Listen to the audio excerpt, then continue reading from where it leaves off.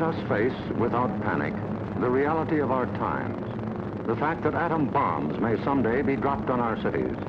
And let us prepare for survival, understanding the weapon that threatens us.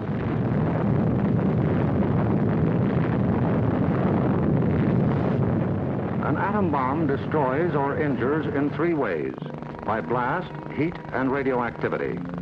The blast of an atom bomb is its most important destructive agent. In Japan, whole buildings were flattened by its force. However, many buildings of sturdy construction, even though close to the explosion, remained standing. The principal dangers of blast are flying glass and debris, the fires it may start, and the danger of being crushed in collapsing buildings. The atom bomb destroys by heat. People caught in the open as far as 2 miles away suffered flash burns. Yet, protection could have been easily achieved. Here, a bridge post and rail shielded the surface behind it. Any solid material afforded similar protection. The third weapon of the bomb is radioactivity, thrown off at the instant of explosion. However, the majority of people exposed to radiation recovered completely, including a large percentage of those who suffered serious radiation sickness. Today, they lead normal lives. They bear children. Their children are normal. These, then, are the weapons of the atom bomb that we must protect against: blast, heat, and radioactivity. Our cities are prime targets for atomic attack, but mass evacuation would be dangerous. An enemy would like nothing better than to have us leave our cities empty and unproductive. If an emergency should come, our factories will be battle stations. Production must go on if we are to win. Our offices and homes will also be posts of duty, not to be deserted. With the knowledge of the first atomic explosions to guide us, our chances for survival will be far better than those of the people of Hiroshima and Nagasaki, if we act on our knowledge and are prepared. The first job is to look over your own home for shelter possibilities. If you live in a private home that is well built, the cellar is the safest place to be. The lower you get, the more barriers there are likely to be against blast, heat, and radioactivity. Select the basement wall nearest the probable target area of your city. If the house is blown over, it will most likely fall away from this wall. If you have a workbench or strong table big enough to get under, move it into your shelter area near a wall or strong supporting column. If the time comes when you actually have to take shelter, lie under the table.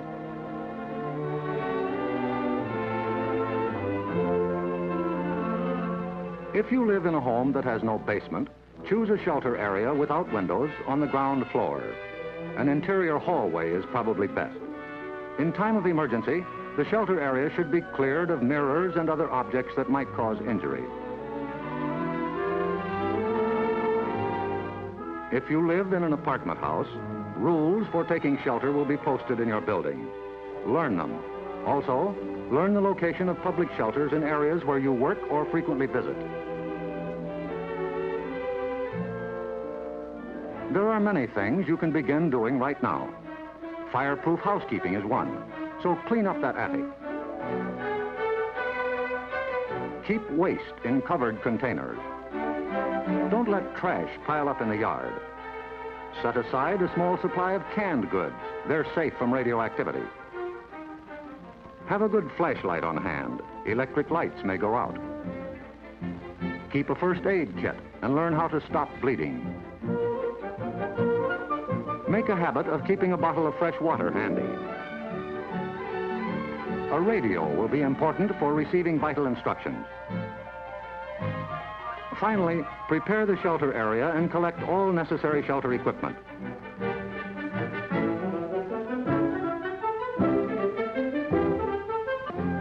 In case of an actual raid or test drill, the alert will be a warbling siren blast lasting 3 minutes.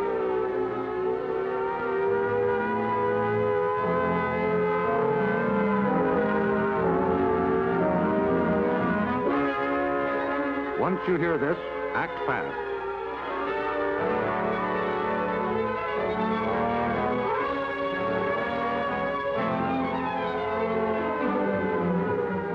down the shades or blinds and close the drapes against flying glass. Turn off the burners of your gas or electric stove. Disconnect any heating elements, such as electric irons, hot plates, or bathroom heaters.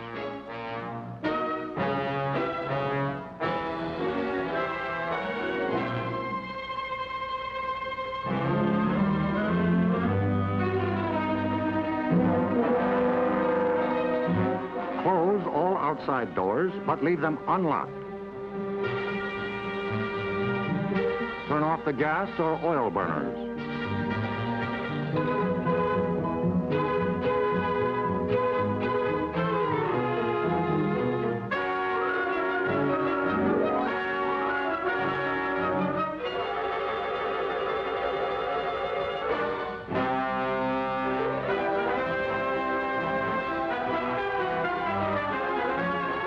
Taking shelter may be a race against time, even when you have some advance warning.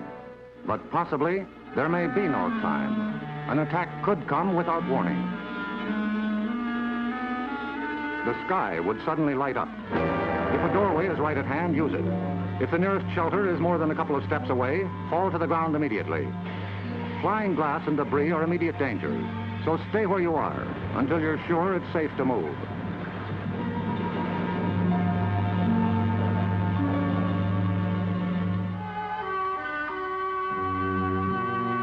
If you are at home when a surprise attack occurs, crawl beneath a table if it is very near, or drop to the floor with your back to the window.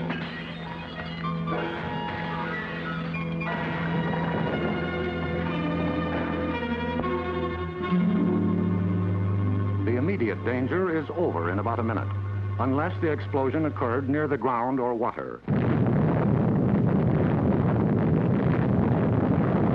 In this case, radioactive materials are trapped in the particles of dirt or water thrown up by the explosion.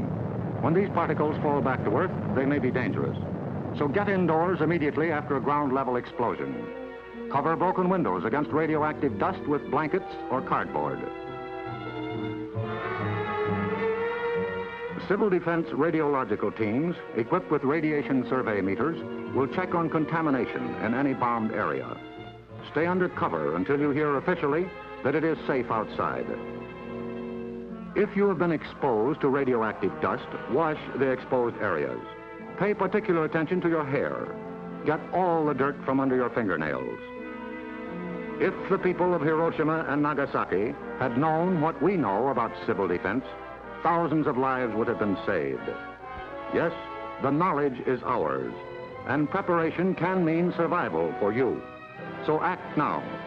Someday your life may depend on it.